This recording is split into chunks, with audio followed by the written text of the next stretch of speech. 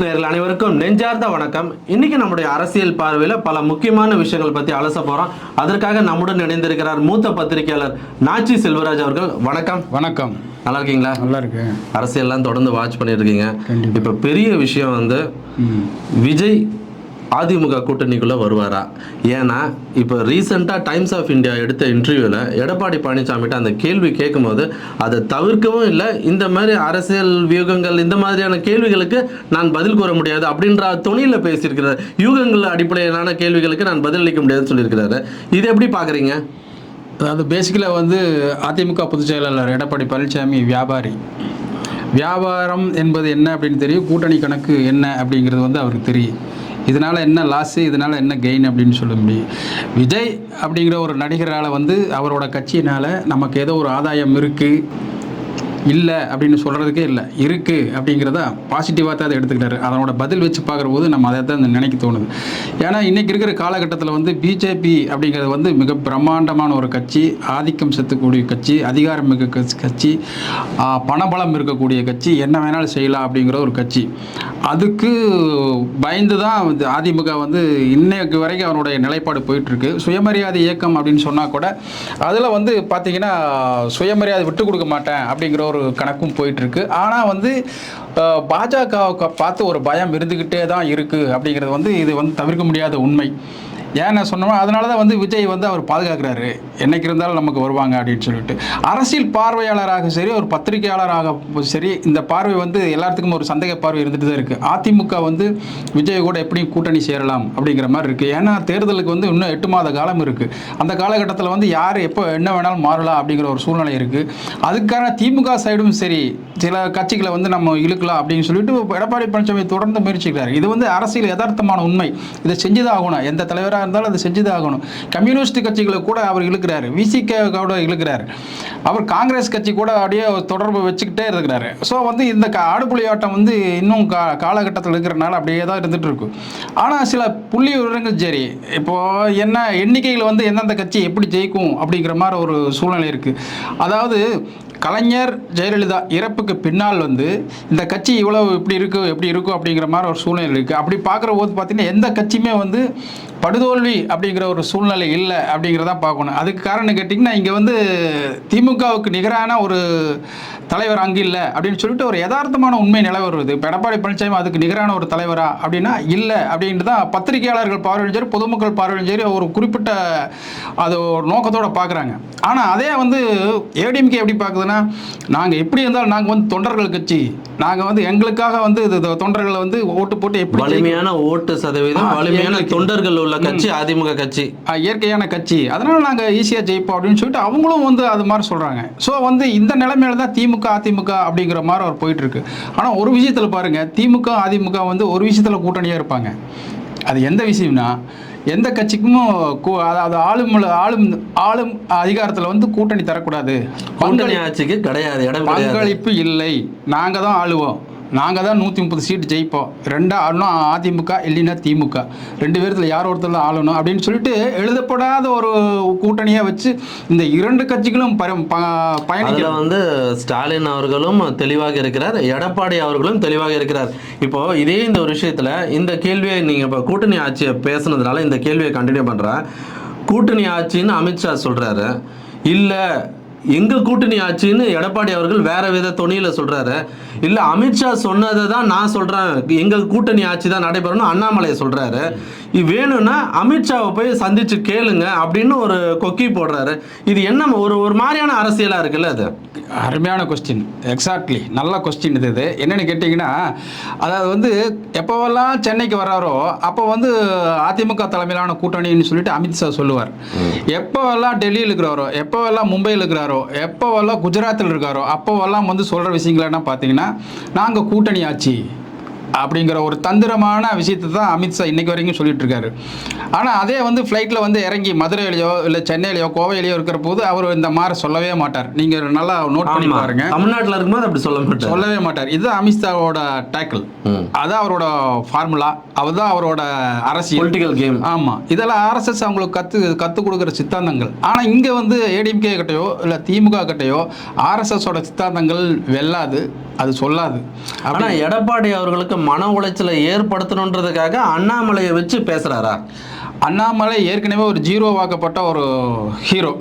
அவர் வேணால் அவருக்குள்ள ஹீரோவாக இருந்துக்கலாம். ஆனால் பொதுவெளியில் வந்து பேசுகிற போது கூட்டணி கட்சி அதிமுக இல்லை மற்ற கட்சிகள் அப்படிங்கிற போது பார்த்தீங்கன்னா அவர் சொல்கிறதெல்லாம் எடுபடாது. ஏன்னா அவருக்கு ஏற்கனவே அவர் டம்மி பண்ணி தான் இந்த விஷயத்தில் வரக்கூடாதுன்னு சொல்லிக்கிறாங்க. அதனால தான் வந்து இதே அந்த தனியார் பத்திரிகையில் முன்வைத்த கேள்வியில் இதே விஷயத்தை அண்ணாமலையை வந்து தலைவராக இருக்கக்கூடாது அப்படின்னு கேட்ட கேள்விக்கு நான் உட்கட்சி விவகாரத்தில் நான் தலையிடுறது இல்லை அப்படின்னு எடப்பாடி அவர்கள் தெளிவாக சொல்லியிருக்கிறாரு. அதுக்கும் ஒரு முக்கிய காரணம் அடுத்தது என்ன கேட்டீங்கன்னா, ஆனால் டிமாண்ட் அதுதான்றது எல்லாரும் தெரிஞ்ச விஷயம். அது ஒன்றும் தெரியாத மாதிரி நம்ம பேசக்கூடாது. இன்னைக்கு வந்து பாரதிய ஜனதா கட்சியினுடைய தமிழ்நாடு தலைவராக போட்டிருக்கிறவர் வந்து நயினார் நாகேந்திரன். அவர் இன்னைக்கும் மேடை ஏறி பேசுற போது எம்ஜிஆர் பாடல்களை பாடாமல் இருக்கவே மாட்டார். காரணம் வந்து எம்ஜிஆரோட சித்தாந்தங்களை உள்வாங்கிய வரவர். அவரை பாஜக ஒரு மாநில தலைவராக போட்டிருக்குன்னா அவர் வந்து ஈக்குவல் ஃபார் ஏடிஎம்கே. அவர் ஏடிஎம்கே ஆள் தான், கரவட்டி மட்டும்தான் கட்டாமல் இருக்கிறார். அவர் வந்து அதுக்கு தோதுவான ஆளை தான் எடப்பாடிக்கு ஒரு இணக்கமான போக்கு கடைபிடிக்கக்கூடிய நயினார் நாகேந்திரனை போட்டிருக்காங்கிறத யதார்த்தமான உண்மை. இது வந்து இவர் என்ன பேசினாலும் சரி, அப்பப்போ பூஸ்ட் பண்ணுறதுக்கு வேணா தொண்டர்களை ஏடிஎம்கே அதாவது பிஜேபி தொண்டர்களை வந்து ஒரு பூஸ்ட் பண்ணுறதுக்காக வேணா இவர் வரலாம், அப்பப்போ ரோலில் வந்துட்டு போகலாம்.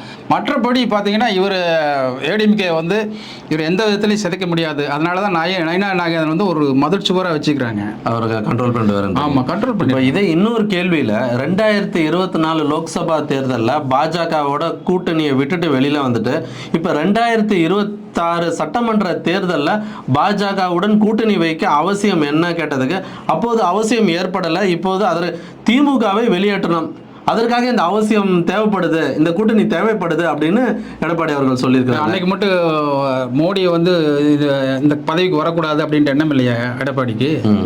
அதெல்லாம் போய் அது என்னன்னு கேட்டீங்கன்னா சந்தர்ப்பவாத அரசியல். ரெண்டாவது பார்த்தீங்கன்னா அன்னைக்கு வந்து அண்ணாமலையோட கை ஓங்கி இருந்துச்சு. அண்ணாமலை மேலிடத்தில் என்ன சொல்றாரு, ஆர்எஸ்எஸ்ல என்ன சொல்றாரு, டெல்லி பிஜேபியில் என்ன சொல்றாருன்னா, நான் வந்து பிஜேபி வந்து ஒரு லீடு பண்ணி ஒரு பெரிய கட்சியை உருவாக்கி என்னால் காட்ட முடியும், இதுதான் வாய்ப்பு, இதை வாய்ப்பு நழுவு விட்டால் நம்மளுக்கு வேற வாய்ப்பே கிடைக்காது, எனக்கு ஒரு சந்தர்ப்பம் கொடுங்க அப்படின்னு சொல்லிட்டு பிஜேபி ஆர்எஸ்எஸ் கிட்ட மன்றாடி கேட்டு அதை வாங்குறாரு. நான் தனிமையாக கொண்டு போறேன்னு சொல்லிட்டு அதனோட அடிப்படையில் தான் வந்து பாமக உள்ளிட்ட கட்சிகளை கூட்டணி சேர்த்து ஒரு 18% ஓட்டு வாங்குறாரு. அதில் வந்து 11% பிஜேபி ஓட்டு வாங்குது. ஸோ வந்து அதை எஸ்டாப்ளிஷ் பண்ணார். ஆனால் வந்து இந்த பர்சன்டேஜ் எல்லாம் எங்களுக்கெல்லாம் முக்கியம் இல்லை, ஓட்டு எண்ணிக்கை ஜீரோவாக நிற்குது, இதுக்கு என்ன சொல்கிற அப்படின்ட்டு ஆர்எஸ்எஸ் வந்து என்ன சொல்கிறது, அண்ணாமலைக்கு பெரிய நாமம் போட்டு நீ போப்பா, உன்னை வச்சிருந்த கட்சி அண்ணது முக்கியம், ஃபைனலாக யார் வின்னுங்கிறத முக்கியம், நீ வேலைக்கு ஆகாது, நீ டக் அவுட் தான், எங்களை பொறுத்த வரைக்கும் நீ கிளம்பு பண்ணிட்டாங்க. அதனோட பிரதிபலிப்பு தான் வந்து எடப்பாடி பழனிசாமி சொன்ன கணக்கு பிரகாரம் இவர் வேண்டாம், இந்த தலைமையும் வேண்டாம், நாங்கள் சொல்கிற ஆளை போடுங்க அப்படின்னு சொல்லிட்டு இன்னைக்கு வரைக்கும் கூட்டணி தொங்கிட்டு இருக்க காரணம் தன்னை பற்றி பேச வேண்டும், ஏடிஎம்கே பற்றி பேச வேண்டும், பிஜேபி பற்றி பேச வேண்டும். பிஜேபி எத்தனை சீட்டுங்க ஜெயிக்கு? போன டைம் வந்து 80 சீட்டு கேட்டீங்க, 19 சீட்டு கொடுத்தாங்க, வெறும் 4 சீட்டில் தானே ஜெயிச்சிங்க. அந்த 4 சீட்டு வந்து ஏடிஎம்கேவோட தயவில் தான் ஜெயிச்சிக்கிறீங்க, அது நல்லாவே தெரியுது. ஏன்னா கன்னியாகுமரியில் வந்து காந்தி வேணால் ஜெயிச்சது வேணால் நீங்கள் சொல்லிக்கலாம், நாங்கள் அந்த ஒரு சீட்டு, மற்ற 3 சீட்டு வந்து ஏடிஎம்கே தான் ஜெயிச்சது, அதுதான் கணக்கு. ஸோ வந்து இதெல்லாம் ஏற்றுக்கொள்ள முடியாத ஒரு எடப்பாடி பழனிசாமி இதெல்லாம் ஏற்றுக்கவே மாட்டார் அப்படிங்கிறத உண்மை. அதே மாதிரி சிறுபான்மையினருக்கு எதிரான கூட்டணி கட்சி அமைத்திருக்கிறார் ஏடிஎம்கே அப்படின்ற ஒரு கேள்வி வந்து இது வந்து பொய் பிரச்சாரம்னு சொல்கிறாரு. யார் சொல்கிறாரு? எடப்பாடி அவர்கள் தான். ஆமாம், அது உண்மைதான். அதாவது இன்றைக்கி இருக்கிற கிறிஸ்தவர்களுக்கு வந்து 3%, முஸ்லீம்களுக்கு வந்து 3%, 6% ஓட்டு வந்து இலவசமாக வந்து திமுகவுக்கு போகுது, அதை நம்ம தடுத்து நிறுத்தணும் அப்படிங்கிறத மற்ற கட்சிகளெல்லாம் சொல்லிட்டு இருக்கிறாங்க. ஆனால் அது உண்மையும் கூட. 6% வந்து டிஎம்கேக்கு சுலபமாக ஓட்டு வாங்கிடுறாங்க. அது இந்த தடவை தடுத்து நிறுத்தணுங்கிறதுக்காக தான் விஜய்ங்கிற ஒரு பிம்பத்தை கொண்டு வந்துக்கிறாங்க. அது வந்து நாளைக்கு என்ன வேணாலும் மாற்றலாம் அப்படிங்கிறது. விஜய் எப்படி இருந்தாலும் கிறிஸ்தவர்கள் ஓட்டில் 3% வாங்குவார். அதுபோக புதுமையான ஓட்டு வாங்குற ஒரு லட்சம் 1,60,00,000 ஓட்டு புதுசாக வர்ற ஓட்டு இருக்கு, அதில் வந்து கிட்டத்தட்ட 60 லட்சம் ஓட்டு வாங்கிடுவார். ஃபர்ஸ்ட் டைம் ஓட்டர்ஸும் இந்த விமென்ஸ் ஓட்டு கொஞ்சம் ஜாஸ்தியாக வரும்னு எதிர்பார்க்கப்படுகிறது. ஜாஸ்தியாக வரும் அப்படிங்கிறாங்க. அதில் சரிபாதியாக வந்து நாம் தமிழர் ஓட்டும் வாங்குவாங்க அப்படிங்கிற புள்ளி விவரங்கள் எல்லாம் சொல்லுது. இப்போ ஸ்டாட்டிஸ்டிக்கில் எடுக்க பார்க்குற போது ஒவ்வொரு சர்வதேச அளவு இருக்கிற ஒரு குழு அமைச்சு இங்கே புள்ளி விவரங்கள் எடுத்துகிட்டு இருக்காங்க. கவர்மெண்ட் கவர்மெண்ட்டும் ஒரு புள்ளி விவரம் எடுக்குது, எடப்பாடியும் ஒன்று எடுக்கிறாரு, பிஜேபியும் எடுக்குது. இதெல்லாம் பார்த்தீங்கன்னா ஒன்றும் ஆவரேஜாக பண்ணி பார்க்குற போது எல்லாமே கரெக்டாக போயிட்டுருக்கு. இப்போது இப்போ தேர்தல் வச்சாலும் 70 சீட்டு திமுக ஜெயிக்கும், 70 சீட்டு ஏடிஎம்கே ஜெயிக்கும் அப்படிங்கிற நிலைமை தான் இப்படிக்கு ஈக்குவலாக இருக்குது. மற்ற 80 சீட்டு 85 சீட்டு வந்து யார் ஜெயிப்பான் இழுபறியாக இருக்குது அப்படிங்கிறது நம்மளோட கணக்கு. இப்போ காவல்துறை வட்டத்தில் நான் வந்து சில பேர்கிட்ட பேசினேன். அது ஒரு டைமில் என்ன சொன்னாங்கன்னா, விஜயோட வளர்ச்சி வேற லெவலில் இருக்குது அப்படி வந்துடுவேன். எந்த ஆஃபீஸர் அந்த மாதிரி சொன்னாங்களோ அதே வந்து விஜயோட செயல்பாடுகளில் வந்து கொஞ்சம் அதிருப்தி இருக்குது. என்ன ஃபோர்ஸாக வருவான்னு பார்த்தா கூட இருக்கிறவர்களால் அவருக்கு வந்து பேக்ட்ராப் வருது. சரி, ஓகே, இப்போ யார் வருவான்னு கேட்குறீங்கன்னா, ஒரு ஆஃபீஸர், ஒரு 10-20 ஆஃபீஸர் ப்ளஸ் கீழே லெவல் காவலர்கள் வரைக்கும் கேட்டேன். விசாரிக்கும் பொழுது அதாவது 55% வந்து திமுகவுக்கும் 45% வந்து அதிமுகவும் இருக்கிறதா கூறப்படுகிறது. ஆனா அரசு ஊழியர்களோட ஓட்டு வந்து இந்த தடவை திமுகவுக்கு பெரும்பான்மையா போகுமா அப்படின்ற ஒரு சந்தேகம் நிலவுதுன்னு சொல்றாங்க. இது உளவுத்துறை தகவல்லாம் இல்லை, நம்ம விசாரிச்சு நம்மளோட கிரவுண்ட் ரிப்போர்ட்டை நம்ம போற இடம் வர்ற இடம் எல்லா இடத்துலையும் பொதுவாக விசாரிக்கும் போது அதே மாதிரி திமுகவும் நான் மீண்டும் மீண்டும் முன்வைக்கிற கேள்வி, கொஞ்சம் மெத்தனமாக இருக்காங்களா, நாங்கள் 200 சீட்டுக்கு மேலே அடிப்போம் அப்படின்னு சிஎம் ஸ்டாலின் வந்து சொல்லிட்டு இருக்கிறாரு. முதல்ல அவர் தான் தனிப்பட்ட முறையில் ஒரு வேகமாக முன்னெடுத்து பயணம் பண்ணி சுற்றுப்பயணத்தை மேற்கொண்டு இருக்கிறார். பட் பார்ட்டிஸில் மற்றவங்க எல்லாருமே வந்து ஒரு விதமான கருத்தை முன்வைக்கிறாங்க. இப்போ குறிப்பாக திருச்சி சிவா வைத்த பேச்சு வந்து ஒரு பெரும் சர்ச்சையை ஏற்படுத்துது. அது தேவையா? காமராஜர் குறித்து பேசிய சர்ச்சையான வார்த்தைகள் இதெல்லாம் தேவையா? இப்போ நீங்கள் வந்து சொன்னதில் வந்து பல கேள்விகள் சொல்லிக்கிறீங்க, பல கொஸ்டின் அதிலே வந்துருக்கு, அதிலே போட்டேன். இப்போ வந்து என்னென்னா, முதல் நான் அரசாங்க ஊழியர்கள்லேருந்து ஆரம்பிக்கிறேன். அரசாங்க ஊழியர்கள் ஓட்டு திமுகவுக்கு போகுமா அப்படிங்கிறத இன்னைக்கு இல்லை, கலைஞர் காலத்துலேருந்தே வந்து ஆட்சி காலத்தில் பார்த்தீங்கன்னா கவர்மெண்ட் நல்லா நடக்கும்னு நினச்சேன். ஒரு உதாரணத்துக்கு ஒரு திட்டங்கள் கொண்டு வருதுன்னா அந்த திட்டங்கள் வந்து மேல்மட்டத்திலேருந்து கீழ்மட்டம் வரைக்கும் கரெக்டாக போகுதா அப்படின்னு சொல்லிட்டு அதுக்கு ரிவ்யூ மீட்டிங் வந்து அடிக்கடி வைப்பாங்க. இன்றைக்கி என்ன நடந்திருக்கு, அடுத்த வாரம் என்ன ஃபோகாஸ்டிங் என்ன இருக்குது, இது எப்போ முடிப்பீங்க அப்படின்ட்டு அந்த திட்டங்கள் குறித்து திமுக மாதிரி கண்காணிக்கிறதுல வேறு எந்த கட்சியும் கிடையாது. ஏடிஎம்கேல சும்மா சாதாரண விட்டுருவாங்க. இவங்க மீட்டிங் அதிகமாக போயிட்டு இருக்குது. திமுக ஆட்சி காலத்தில் பார்த்திங்கன்னா மீட்டிங் அதிகமாக வைப்பாங்க கவர்மெண்ட் ஊழியர்களுக்கு வந்து. அது நடக்கு, இன்றைக்கின்னா அன்றைக்கினாலும் இது முடிச்சிடுவீங்களா அப்படின்ட்டு அந்த இன்ஃப்ராஸ்ட்ரக்சரில் போகும். ஆனால் ஏடிஎம்கேல பார்த்திங்கன்னா மீட்டிங்கே நடக்காது. எப்போட மீட்டிங் நடக்க ஆரம்பத்தில் ஒரு மீட்டிங் போட்டாங்கன்னா அது முடிகிற வரைக்கும் தான் இது போகும். அந்த திட்டங்கள் எப்போ செயல்படுத்துகிறாங்க, எப்போ வருது அப்படின்லாம் தெரியவே தெரியாது. அந்த அடிப்படையில் பார்த்தீங்கன்னா எங்களுக்கு பர்டன் அதிகமாக இருக்குது. பொதுவான ஒரு கருத்து, அரசு ஊழியர்களுக்கு வந்து அதிகமாக வேலை வாய்ப்பு, வேலை பர்டன் அதிகமாக இருக்குது. இந்த ஆட்சி வந்தவன் இப்படித்தான் அப்படின்னால சொல்லுவாங்க. அதுக்கு காரணம் கேட்டீங்கன்னா ஒரு திட்டத்தை எப்படி செயல்படுத்துது அப்படிங்கிறது வந்து திமுக அந்த பென்ஷன் திட்டத்தை மீண்டும் கொண்டு வரணும்னு வலியுறுத்தி அவங்க தேர்தலாக ஏற்கனவே சொல்லியிருந்தாங்க. ஆனால் அதுக்கு உண்டான செயல்பாடு திட்டங்கள் போயிட்டு தான் இருக்குதுன்னு இன்னைக்கு வரைக்கும் சொல்கிறாங்க. அடுத்தது வந்து திருச்சி சிவா சொன்னீங்க. ஏற்கனவே வந்து அவர் சொன்னதுக்கு காரணம் கேட்டிங்கன்னா, கலைஞர் வந்து தன்னோட மேடை பேச்சில் வந்து காமராஜருக்கு வந்து இப்படி நாங்கள் செஞ்சுருக்கோம் அப்படின்னு சொல்லிட்டு ஏற்கனவே சொன்னது. அவருக்கு மணிமண்டபம் கட்டினதும் சரி, சிலை எழுப்புறதும் சரி, காமராஜருக்கு முன்னாள் முதலமைச்சருங்கிற அடிப்படையில் வந்து நாங்கள் எல்லா விஷயம் செஞ்சோம் அப்படிங்கிறத சொல்கிறாங்க. ஆனால் செய்யாத விஷயங்களில் சொன்னதாக சொல்லி இப்போ வந்து தகவல் தொழில்நுட்பம் அதிகம் வந்ததுனால வந்து இந்த கருத்துக்களுக்கு இந்த கருத்து மாற்று கருத்து என்ன வைக்கலாம் அப்படிங்கிறத ஒரு பெரிய பிரபகாண்டமாக கொண்டு போயிடுறாங்க ஒரு விஷயத்தை. அந்த அடிப்படையில் பார்த்தா நம்ம அது பெருசாக ஒன்றும் சொல்ல முடியாது. பெரிய கான்ட்ரவர்சி ஒன்றும் இல்லை. தலைவர்களுக்கு தலைவர் இப்போ விமர்சிக்கிறது வந்து அந்த அடிப்படையில் தான் சொல்லிக்கிறாங்க. அது பெருசா ஒன்றும், அதாவது ஒரு செய்தியை மடை மாற்றுவதற்காக இந்த மாதிரி விஷயங்கள் பேசப்படுகிறது எடுத்துக்கலாமா? அப்படித்தான் எடுத்துக்கணும். உளவுத்துறை வந்து அப்படி இந்த செய்தியை தட்டி விடணும், அந்த செய்தியை தூக்கி விடணும். அதுல வந்து ஈஸியா இது தேவையில்லாத சர்ச்சை தான். திமுக விரிக்கிற வலையில வந்து அவங்க வந்து எதிர்கட்சிகளை சுலபமாக விழுந்துடுறாங்க, கூட்டணி கட்சியும் சுலபமாக விழுந்துடுறாங்க. அது வந்து அதுல வந்து தற்காலிக வெற்றிங்கிறது திமுகவுக்கு தான், அப்படிதான் பார்க்கணும். இப்போ அந்த அடிப்படையில் வந்து மற்ற விஷயங்கள் ஈஸியாக போயிருதா, கான்ட்ரவர்சியாக இருக்குது. இப்போ ஒருத்தர் வந்து அஜித்குமார் கொண்டுட்டாங்க அப்படின்னா எங்கேயோ ஒரு இடத்துல நடந்தது, இப்போ நடந்துருச்சு, இது பெரிய விஷயமாயிருச்சு, அந்த போலீஸ்காரங்களுக்கு இவ்வளோ இவர் உத்தரவிட்டது யார் அப்படின்னு மிகப்பெரிய கொஸ்டின் எல்லாம் வருது. எல்லாருமே சிவிலியனே வந்து பொதுமக்களே வந்து வக்கீல் ஆகிடுறாங்க. அங்கே வந்து பெரிய அறிவுபூர்வமான சிந்தனையோடு அவங்க கேள்வி கேட்குறாங்க. ஜட்ஜாக ஆகிறாங்க, எப்படி தீர்ப்பு கொடுக்கலாம் அப்படி அவங்க சக்சஷன் கொடுக்குறாங்க. இதுக்கு வந்து அவனோட மொழியில் சொல்லப்போனால் அவனே வந்து பொதுமக்கள் மத்தியில் இப்படி நாங்கள் சொல்லலாம். நெகட்டிவான செய்திகளை வந்து அது சூப்பர் ஹீரோ மாற்றுறதுக்கு இப்போ கடந்த தினம் வந்து நான் இந்த சுந்தரேசன் டிஎஸ்பி பற்றி நியூஸை போட்டிருந்தேன். நீங்கள் 200 கைக்கூலி. நான் 100 தடவை சொல்லிட்டேன், இந்த கலருக்கு நமக்கு சம்மந்தம் இல்லை. எங்கேயாவது 200 ஊபியில் சேர்க்குறீங்கன்னா அந்த அண்ணாமலை தான் ஆரம்பிச்சு வச்சுது அறிவாலய ஊபிக்கள்னு. அதை வந்து ஃபேமஸ் டேக்லைனாக பிடிச்சிக்கிட்டாங்க. அதுக்கப்புறம் அந்த 2 IPS அதிகாரிகளோட கைக்கூலிகளை அவர் பனிஷ்மெண்ட் வாங்கின ரெக்கார்டு, அவர் நல்லவராக இருந்தால் வந்து பேசட்டும். அவர் வந்து நான் சூசைட் பண்ண இப்போ DSP சுந்தரேசன் மேட்டர் ஆகட்டும், இப்போ அந்த ஹாஸ்பிட்டலில் வந்து ஒரு பேஷண்ட் வந்து டாக்டரை குத்துனதாகட்டும், இன்னைக்கு இந்த நெகட்டிவ் நியூஸை அப்படியே அவன் என்ன டாக்டர் ஏதாவது தப்பாக பேசியிருப்பான், அதான் குத்திட்டான். அதாவது ஒரு கீழ் லெவலில் இருக்கிறவங்க தப்பு பண்ணா ஏதோ தெரியாமல் பண்ணிட்டான், மேலே இருக்கிறவங்க பண்ணாததா, இது வேற மாதிரியான ஒரு விஷயத்தை கொண்டு செல்லுதுல்ல. அதாவது குறுகிய காலத்திலேயே வந்து எனக்கு தெரிஞ்சு தமிழ்நாட்டிலையும் சரி சென்னையிலையும் சரி ஒரு தலைவர் எதிர்த்து போராட்டம் நடத்தினாங்கன்னா அது அண்ணாமலை தான். பத்திரிகையாளர்கள் நடத்தின போராட்டங்கள் குறுகிய காலத்தில் பத்திரிகையாளர்கள் ஒரு தலைவர் எதிர்த்து போராட்டம் நடத்துகிறாங்கன்னா அது அண்ணாமலை மட்டும்தான்.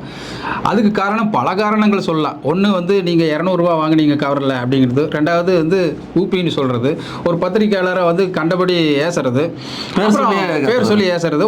நீங்கள் எந்த சேனல்னா நீங்கள் அதுவா சரி நீங்கள் அப்படி தானே சொல்லுவீங்க, நீங்கள் சன் டிவியா, ஆமாங்க நீங்கள் இப்படி தானே பேசுவீங்க, நீ வேறு எப்படின்னா பேசுவீங்க அப்படின்ற உரிமைகளை சொல்கிறது, நேரடியாக சொல்கிறது. தலைவர்கள் யாருமே இது வரைக்கும் சொன்னதில்லை, இப்படி பேசுனதில்லை. மற்ற தலைவர்களாக பேசிக்கிறாங்கன்னா அது வந்து ஒரு பெரிய இதாக இருக்கும், அதில் வன்மம் இருக்காது, ஒரு கோபம் இருக்குது. அடுத்த நிமிஷமே அது ப்ரெஸ் மீட் முடிஞ்சோன்னா அவங்களை கூப்பிட்டு தோல் மேலே கை போட்டு பேசுவாங்க, இல்லை நீங்கள் பேசுறது தப்பு அப்படின்னு சொல்லிட்டு இவரும் சொல்லுவாங்க. அப்படி தான் போகும். அப்போ 2 பேரும் டீ சாப்பிட்டு 2 பேரும் அந்த பிரச்சனையை முடிச்சுட்டு போவாங்க. ஆனால் இன்றைக்கி அப்படி இல்லை, அந்த வன்மத்தோடவே பார்க்குற வேண்டியதாக இருக்குது. அண்ணாமலையும் சரி இன்னைக்கு வரைக்கும் அண்ணாமலை அந்த அந்த கேட்டல் எவ்வளவு கோபமான கேள்வி கேட்டாலும் நம்ம அட்டன் பண்ண கலைஞர் அவர்களோட ப்ரெஸ் மீட்டு ஆனா அந்த பதிலை யோசிச்ச உடனே பதில் சொல்லுவாரு. ஆமா ஆமா. சிஎம் ஜெயலலிதா அவரோட நீங்க வைக்கிற கேள்வி கரெக்டா இருந்தா பதில் கரெக்டா வரும். ஆமா அப்படித்தான் இருக்கும், அதுதான் தலைவர். ஆனா இந்த கேள்வி அண்ணாமலை கிட்ட கேட்டீங்கன்னா நீங்க இப்படித்தானே பேசுவீங்க என்ன அப்படின்னு சொல்லி அப்படித்தான் பேசுவாங்க. ஆமா பச்சையா பேசுறது இவரு. இப்போ அரசியல் இப்போ தேர்தல் களத்துக்குள்ள மீண்டும் வருவோம். திமுகவோட இப்போ நான் ஏற்கனவே கேட்ட அந்த மெத்தனை போக்கு, நம்ம ஜெயிச்சிருவோம், திரும்ப நாம தான் வந்துடுவோம், ப்ளஸ் இந்த ரிப்போர்ட் படி வர தகவல் இதெல்லாம் வச்சு எப்படி நினைக்கிறீங்க? நல்ல கொஸ்டின் தான் இது. இது என்னென்னு கேட்டிங்கன்னா, இப்போ கலைஞர் தலைமைக்கும் ஸ்டாலின் தலைமைக்கும் நிறைய வித்தியாசங்கள் இருக்குது. அவர் வந்து நான் சொல்கிறதும் செய்வேன், சொல்லாமலும் இருந்து செய்வேன் அப்படிம்பார் அவர். இவர் சொல்கிறத செஞ்சுட்டு நான் சொல்லியே அடிப்பேன் அப்படிங்கிறது தான் ஸ்டாலினோட ஸ்டைலாக இருக்குது. ஏன்னா இப்போ வந்து நான் 200 சீட்டு ஜெயிப்பேன்னு கலைஞர் எங்கேயுமே சொன்னதில்லை. பெரும்பான்மையான இடங்களை கைப்பற்றி திமுக ஆட்சியை பிடிக்கும், இப்படி தான் அவர் சொல்லுவார். அது அவர் சொல்கிறதோடு சொல்கிறதும் செய்வேன், சொல்லாதும் செய்வேன் அப்படிங்கிற மாதிரி. இவர் ஸ்டாலின் அவர் என்ன சொல்கிறாருன்னா 200 சீட் அடிப்புங்க, கண்டிப்பாக அடிப்புங்க அப்படின்னு தொண்டர்களை உற்சாகப்படுத்தவா. ஆமாம், இது நேரடியாக சொல்கிறது வந்து இவரோட ஸ்டைல், இது இவரோட ஸ்டைல். அது திமுக வந்து இப்போ இருக்கிற இளைஞர்களுக்கு வந்து ஒரு ஊக்குவிக்கிற தன்மையாக இருக்குது. ஆனால் அதே சமயத்தில் வந்து 40 கடந்த 50 கடந்தவங்களா தொண்டர்களெல்லாம் அது வந்து ஏன் இப்படி சொல்கிறாரு அப்படின்னு யோசிக்க வைக்குது. ஆனால் ரெண்டு கேடரஸையும் வந்து மெர்ஜ் பண்ணுறாரு. இப்படி தான் நடத்தணும், இந்த சூழ்நிலைக்கு கட்சி இப்படி தான் நடத்தணும் அப்படிங்கிறது தான் ஸ்டாலினோட ஸ்டைல். இது வந்து பத்திரிகை துறையில் நம்ம பார்க்குறபோது ஒரு புதுமையாக தான் இருக்குது. சரி இவர் சொல்கிறது ஒரு இடத்துல, ஏன்னா எடப்பாடி நாங்களும் 200 சீட்டு ஜெயிப்போம், 210 ஜெயிப்போம் அப்படின்னு சொல்லிட்டு அதான் ஒரு காமெடி ஆகிடுது கடைசியில் இப்படி பேசுகிற போது, அவரும் சொல்கிற போது இவரும் சொல்கிற போது. இல்லை இப்போ 2 பேருக்கு இப்போ வெற்றி வாய்ப்புகள் எப்படி இருக்குது? இப்போ வந்து கிரவுண்டு வந்து கிளியராக இருக்குது, யார் ஜெயிப்பாங்கன்னு இப்போ சொல்லவே முடியாது. ஏன்னா அலையன்ஸ் வந்து எங்கே ஃபார்ம் ஆகுது, இங்கே இருக்கிற டிஎம்கே அலையன்ஸ்ல இருக்கிறவங்க பூரா இங்க தான் இருப்பாங்கன்னு ஆணித்தரமா அடிச்சு சொல்ல முடியுமா? கண்டிப்பா. அது ஏன்னா எடப்பாடி அவர்கள் சொன்னதற்கு அவங்க பதில் கொடுத்துட்டாங்க, கம்யூனிஸ்ட் வரலாம், திருமாவளவன் வரலாம் இல்லைன்னு சொல்றாங்க. ஆனா இவர் ஒரு ஸ்ட்ராங்கான அலையன்ஸ் அமைக்க முடியல அப்படின்னு ஒரு கேள்வியை முன் வச்சிருக்காங்க எடப்பாடி அவர்கள்ட்ட. அவர் என்ன சொன்னார்னா, அதிகாரம், அரசியல், பணபலம் இதையெல்லாம் மீறி நாங்க ஒரு பலமான கூட்டணியை கொஞ்ச காலத்துல அமைப்போம்னு சொல்லியிருக்கிறாரு. ஸோ டிஃபரன்ஸ் இருக்குல்ல. அதாவது இப்போ இருக்கிற தமிழ்நாட்டில் இருக்கிற மண்டலங்களை வந்து 4ஆக பிரித்தாங்கன்னா, மேற்கு மண்டலத்தில் வந்து ஏடிஎம்கே பயங்கர ஸ்ட்ராங்காக இருக்கிறாங்க, இன்றைக்கி வரைக்கும் ஸ்ட்ராங்காக இருக்கிறாங்க. அது கரூர், திண்டுக்கல், கோவை, ஈரோடு, நாமக்கல், சேலம், கிருஷ்ணகிரி வரைக்கும் அவங்க இன்னைக்கு வரைக்கும் ஸ்ட்ராங்காக இருக்கிறாங்க. கிட்டத்தட்ட ஒரு 60-65 சீட்டு வருது. அந்த 65 சீட்டில் வந்து 40 சீட்டு நான் கண்டிப்பாக அடிப்போம் அப்படிங்கிறது ஏடிஎம்கே.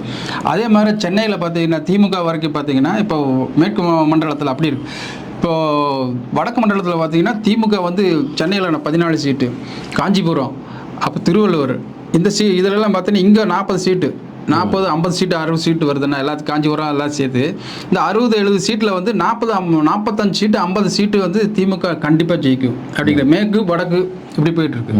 இப்போ மத்திய மண்டலத்தில் பார்த்தீங்கன்னா கிட்டத்தட்ட டெல்டா பகுதிகளில் பார்த்தீங்கன்னா திமுக வந்து கிட்டத்தட்ட எத்தனை சீட் இருக்கோ அத்தனை சீட்டும் அங்கே ஒரு 30-40 சீட் இருக்குது. 30-40 சீட்டும் சென்ற எலெக்ஷனில் ஜெயிச்சாங்க. இந்த எலெக்ஷனில் இப்போ ஜெயிக்கிறதுக்கு பயங்கர வாய்ப்பு இருக்குது. அப்படி தான் போயிட்டுருக்கு. அப்புறம் தென் மாவட்டங்களில் பார்த்தீங்கன்னா கிட்டத்தட்ட 2 பேருமே ஈக்குவலாக வர்றாங்க. இப்போ 10 சீட் இருக்குதுன்னா 6 சீட்டு வந்து திமுக, 4 சீட்டு வந்து ஏடிஎம்கே. இப்படி தான் பரவலாக போயிட்டுருக்கு. இப்போ இப்படி இருக்கிற சூழ்நிலையில் வந்து கிட்டத்தட்ட 70-80 சீட்டு வந்து திமுக இப்போ நின்னாலும் தனிப்பட்ட முறையில் ஜெயிச்சு வருவாங்க அப்படிங்கிறத ஒரு சூழ்நிலை இப்போ ஒரு ஸ்டாட்டிஸ்டிக் புள்ளி விவரங்கள் சொல்லுது. அதே மாதிரி ஏடிஎம்கே வந்து ஒரு 70 சீட்டு ஜெயிக்கும் அப்படிங்கிறது.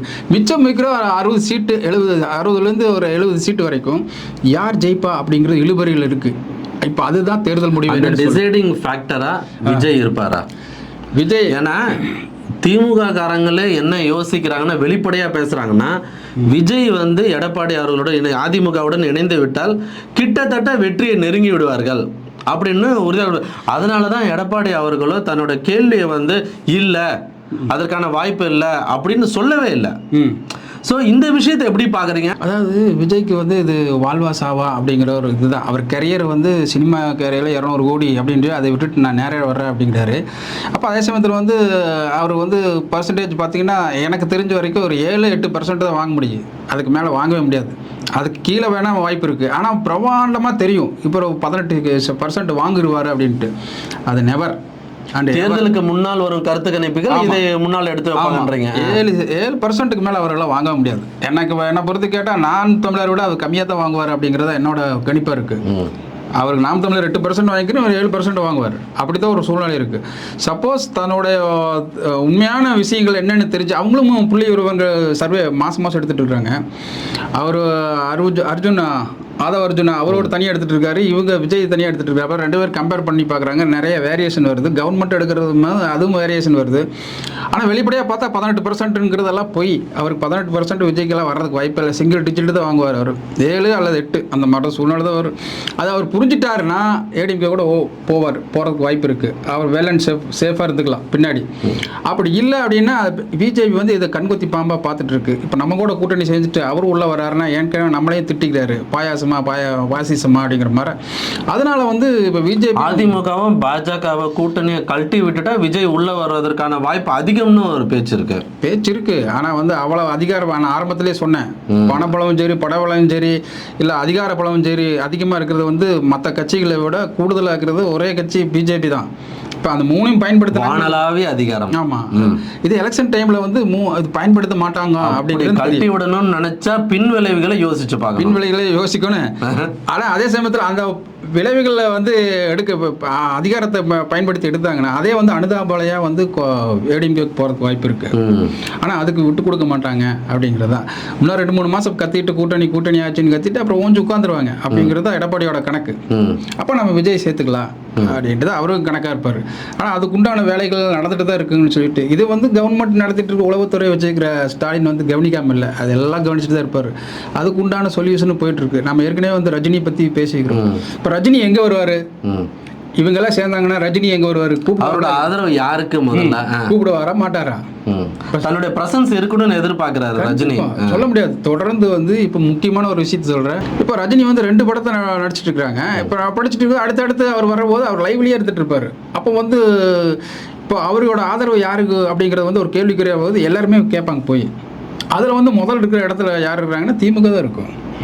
இப்போ எனக்கு உரிமையோட கொடுங்க அப்படின்னு சொல்லி கேட்கறதுக்கு நிறைய வாய்ப்பு. அவரோட பங்களிப்பு 2026 ஒரு பெரிய தாக்கத்தை ஏற்படுத்தும். ஆமா, நம்ம எந்த கட்சின்னு சொல்லல.